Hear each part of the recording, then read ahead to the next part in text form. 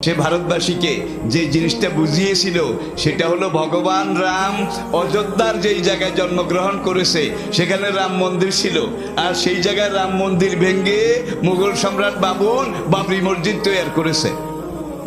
আচ্ছা ভাই, একটা জায়গা আপনার এলাকায় আছে, জায়গাটার মধ্যে মনে করেন একটা ফাউন্ডেশন আছে, একটা গুরুত্বপূর্ণ স্থাপনা আছে। আপনি যদি এখন বলেন যে 500 বছর আগে এখানে আমার দাদার বাড়ি আছিল, তাহলে দাদার বাড়ি থাকতে হলে বাবরি মসজিদের নিচে এই পর্যন্ত বহুবার খনন করা হয়েছে, বহু কিছু করা হয়েছে।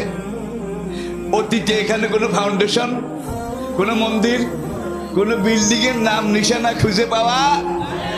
তারপরেও ভারতীয় সুপ্রিম কোর্ট হিন্দুদের পক্ষে রায় দিয়েছে, রামের পক্ষে রায় দিয়েছে। বাবরি মসজিদ ভাঙ্গার পরে সেই জায়গায় এখন রাম মন্দির তৈরি হচ্ছে।